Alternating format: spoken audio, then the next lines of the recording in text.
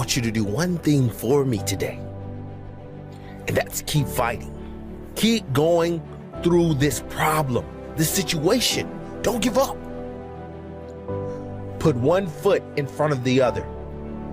That's how you're going to make it through this, past this, over this. It's going to take the dog mentality. It's going to take you getting a hold of this thing and not letting go. You're going to have to fight and fight and fight till you can't fight anymore. Stress doesn't come from the facts. Stress comes from the meaning that we give to the facts. Yes, those things have happened, but the real question is, if we fight what's happened, we got a problem. We got to decide, what are we going to do with what's happened in our life? How are we going to take this? How are we going to mold this? How are we going to turn our life around? Because when you come up with a new meaning, you get a new life. A lot of times when people interrupt you, they're managing their own anxiety, boredom, procrastination by coming to interrupt you. They're creating reasons to interrupt their own work or their own emotional state by coming and interrupting you. That's what I realized was happening.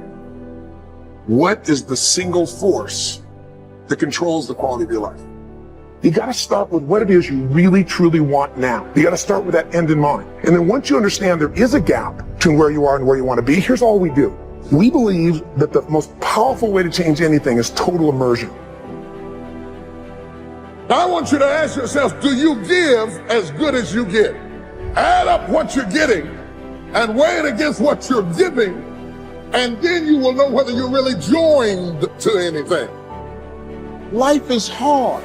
For every time you have a plan, a dream, an aspiration, or a goal, do you know what happens every time you have one of those? This thing comes along called life.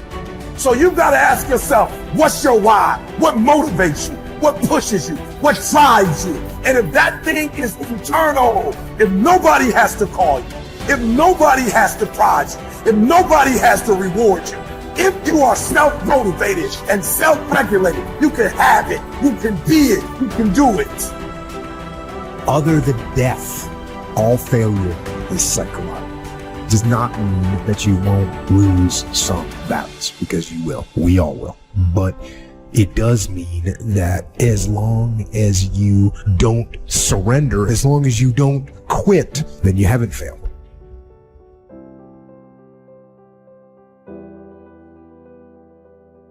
How do you experience beauty and joy in your life? What situations do you put yourself in? What makes you laugh? What's the fun stuff for you? It's funny you say that. I just retired from the military in November 2015. And I was going and going and going and going. And I never really, I was a happy guy, but I'm never in the moment of like sitting back and I want to travel here to have fun and do this and that. I've never been that person. But the first time I really got a chance to experience true happiness and true peace was so what I did to myself to become who I am today, it takes a great toll on your body. So I believe God gave me time to rest and he took me out of commission.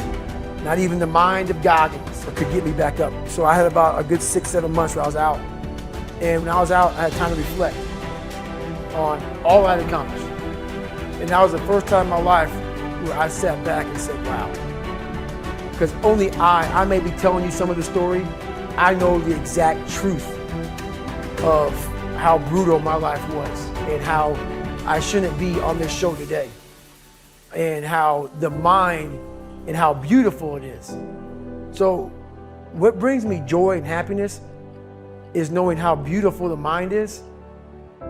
And I'm one of the few people that didn't read about it, didn't experience it through some drug. I got to experience the beauty of true fucking willpower. True you. I'm gonna fail, I'm gonna fucking fail, I'm gonna fucking fail, I'm gonna fucking fail, and I will succeed. Just me talking about that gives me a feeling, I know what I did. And I don't need to travel somewhere or to have this or have that. I have it all here in my mind. The beauty is remembering this young, dumb, what people call nigger, is now where I'm at today. And that is, when you finally get to that point for me, it's forever lasting peace. I could die right now on this show, and I'll be happy now. So that's my happiness, is my reflection on the suffering of my journey, knowing I never quit, nor was I guided by anybody on this earth. I was guided by something much more powerful, and I listened, and I chose the path of most resistance. Talent not required. What does it mean that talent isn't enough, and how do you achieve greatness if you can't just rely on talent? Well, it's kind of one of those things, you know, and I'm so glad that, you know, we're able to have this conversation, because I feel that I'm one of those guys to kind of bridge the gap to help people understand the game of basketball a little more. And not to say that somebody's going to be a diehard right away, but there are simple kind of connections in there that I think were really, you know, I've talked to people and seen the light come on and say, oh, okay, you know, that's how it is. You know, usually we always had a saying in the NBA, if you play hard, you give yourself a chance. And in my career, I had so many instances. I've had hundreds of teammates. And in that, you always have an interesting scenario where you see the difference between talent and hard work. Of course, if you're a talented hard worker, then if you put the talent with the hard work, then now we're talking. But I've seen so many times and so many people not reach their potential only because they didn't want to do the work. The talent was there. I think even sometimes the love for the game or the love for the field that they're doing is there, but you have to combine it with that toughness and hard work. And, you know, there's no cheating the process. You know, I think sometimes... What is the process? Yeah. You know, doing things every day. So I always like to work backwards. So for instance, if I'm a basketball player and I want to be a better shooter, well, I say, okay, I want to be a better shooter. That is my goal. What do I have to do daily to ensure that I can become a better shooter? Some people would say, well, you need a teacher. Not necessarily so. You have to sometimes go and seek the information, put in the work. That could be a part of one of the days of the process to becoming a better shooter. You know, so I always try to make sure that I put the work in myself, only because you see how so many people, you know, leave their talent on the table, so to speak. I mean, you know, and sometimes that can be it's a gift and a curse, right? You can be the most talented person in the room. That'll automatically bring your work ethic down a little bit, and that's something you have to fight. But I think sometimes, especially in younger people, you think it's going to last forever. You think it's always going to be here and I don't have to try so hard. I've seen so many people just be hard workers, and then, you know, that gives them a seat at the table just by their work ethic. We're not even talking about talent right now, you know, but when you combine that talent with the hard work, I think that's when you get the lighter fuel to get you where you need to go. No one's coming back to help me. So it starts with that person in that mirror. You have to realize you are on your own now. And whatever else you believe in, I don't care what you believe in, but on earth, it's a very lonely journey. And it starts with the accountability mirror, looking and saying, hey, all these things are coming back. I have to face myself. The difference between vision and a goal is the finish line. A goal is 26.2 miles. You can simply count the metrics and know when you've completed your goal. A vision is having a crystal clear sense of what the finish line looks like, but no idea of how far away it is. And the reality is you will spend your entire life never actually crossing the finish line, but the joy that every marathon you complete, you feel like you're getting closer.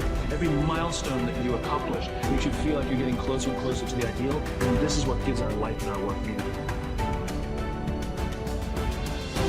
I think in the end, persistence is more important than anything else. And having a desire to do something, you want to prove something, so you have a vision of where you want to go, you're willing to persist and overcome. That's probably the key thing have to have a vision where you want to go. You have to be persistent and you have to be willing to overcome failures and not be afraid of making a mistake. You don't become what you want. You become where your habits take you. There's no ending. And that's the person I listen to. That's the person who's gained knowledge. You gain knowledge through suffering. And on the other end of suffering is a world that very few have ever seen. It's a beautiful world because that's where you find yourself.